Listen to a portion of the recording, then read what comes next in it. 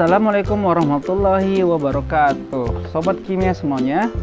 Jadi kali ini kita akan membahas salah satu soal bagaimana cara menentukan tetapan kesetimbangan berdasarkan konsentrasi atau sering juga disebut dengan istilah KC ya. Jadi soal ini sering kali kita temukan ketika membahas materi tentang kesetimbangan kimia. Langsung saja kita perhatikan soal yang sudah saya sediakan.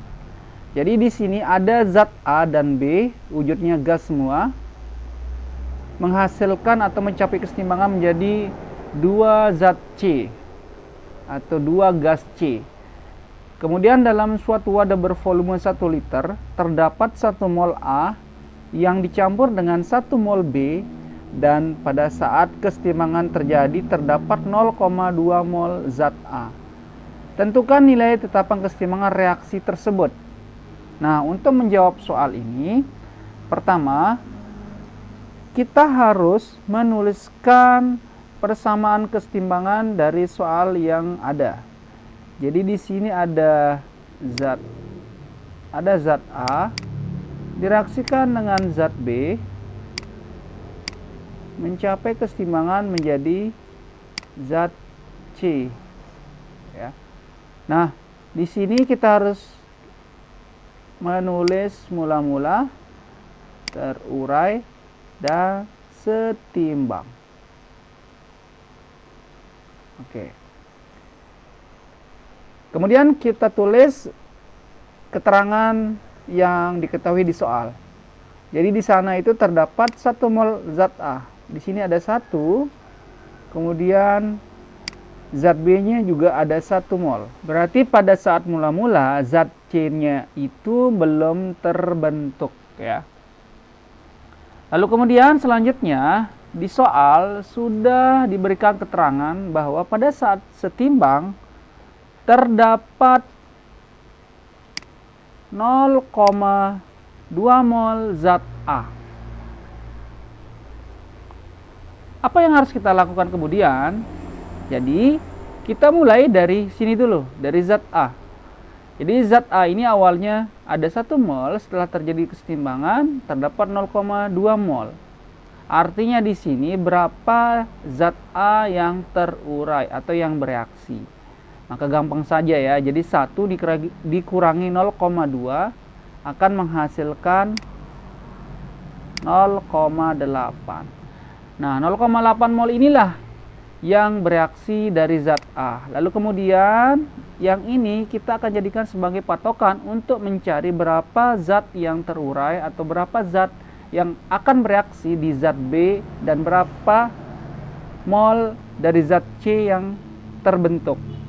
Jadi ketika menentukan berapa mol zat A yang terurai, kita akan menggunakan perbandingan koefisien, di mana di sini koefisiennya 1 dan di zat A juga 1. Jadi karena perbandingan koefisiennya sama, maka sudah dipastikan bahwa di sini itu nilainya 0,8 mol juga. Lalu kemudian di zat C itu berapa? Zat C itu kita bisa tentukan berapa jumlah mol dari zat C yang terurai dengan menggunakan perbandingan koefisien. Jadi koefisien zat C itu ada 2. Kita bandingkan dengan koefisien zat A, yakni 1. Kita kalikan dengan 0,8. Sehingga akan dihasilkan 2 kali 0,8, 1,6. Nah, setelah itu tinggal kita kurangi. 1 dikurangi 0,8 itu hasilnya 0,2. Kemudian zat C-nya itu 1,6. Ya. 0,2 mol zat A yang tersisa 0,2 mol zat B yang tersisa dan 1,6 mol zat C yang terbentuk. Kemudian setelah itu kita akan mencari konsentrasi dari masing-masing zat. Konsentrasi zat A, jadi kurung kotak, rumusnya mol dibagi dengan volume. Mol yang terbentuk atau yang tersisa dari zat A itu sebesar 0,2 mol. Di 0,2 mol dibagi dengan 1 liter sama dengan 0,2 molar. Kemudian selanjutnya konsentrasi zat B. Sama rumusnya mol per volume. Molnya 0,2 dibagi dengan 1 liter sama dengan 0,2 molar. Kemudian yang terakhir, konsentrasi zat C sama dengan mol per volume. 1,6 yang didapat dari sini dibagi dengan 1 liter akan menghasilkan 1,6 molar.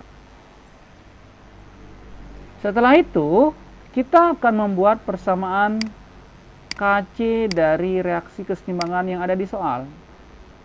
Jadi, ingat, cara menentukan rumus Kc itu adalah konsentrasi produk atau konsentrasi zat C di sebelah kanan tanda panah dipangkatkan dengan koefisiennya dibagi dengan konsentrasi masing-masing zat reaktan atau sebelah kiri tanda panah dipangkatkan dengan koefisien masing-masing. Jadi, di sini nilai Kc-nya atau persamaan Kc-nya itu adalah konsentrasi zat C dipangkatkan dengan koefisiennya 2 per konsentrasi zat A pangkatkan koefisiennya 1 dikalikan dengan konsentrasi zat B dipangkatkan dengan 1. Setelah kita bisa tentukan nilai Kc, baru kita akan tentukan nilainya dengan cara memasukkan konsentrasi zat A, B, dan C yang sudah kita cari tadi. Jadi konsentrasi zat C itu 1,6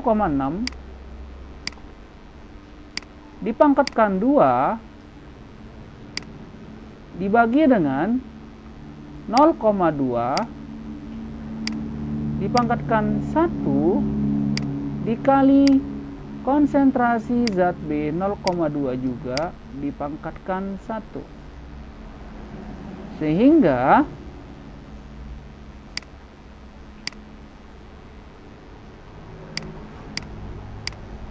Kc sama dengan 1,6 dipangkatkan 2 akan sama dengan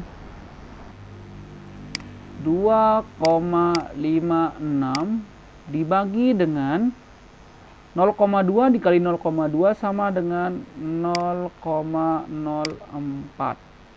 Untuk memudahkan perhitungan pada saat menentukan nilai Kc, biasakan kita menggunakan keistimewaan angka 10. Sehingga ini kita bisa buat menjadi 256 dikalikan 10 pangkat min 2. Min 2 tuh. Min 2 artinya 2 angka di belakang koma yang ini ya. Dibagi dengan 0,044 dikali 10 pangkat min 2. Karena di sini 10 pangkat min 2 di atas sama dengan di bawah, kita boleh coret. Sehingga 256 dibagi 4 itu akan menghasilkan a few moments later, a few inches later, 2 hours later, 1 eternity later. 64. Jadi seperti itu cara menentukan nilai Kc pada saat menemukan soal yang seperti ini. Jadi intinya kita harus bisa membuat persamaan kesetimbangan, harus bisa menentukan mula-mula, terurai, dan sisa masing-masing zat berapa hasilnya. Lalu kemudian kita harus tentukan konsentrasi masing-masing zat dengan cara membagi mol yang dihasilkan pada saat setimbang yang 0,2, 0,20 dan 1,6 dengan volumenya. Jadi mol dibagi volume, kemudian setelah itu kita dapatkan konsentrasi masing-masing zat, baru kita buat persamaan nilai Kc-nya, sehingga didapatkanlah nilai Kc-nya sebesar 64. Jadi seperti itu cara menentukan nilai Kc ya. Jadi mungkin itu saja pembahasan kita kali ini, semoga bermanfaat.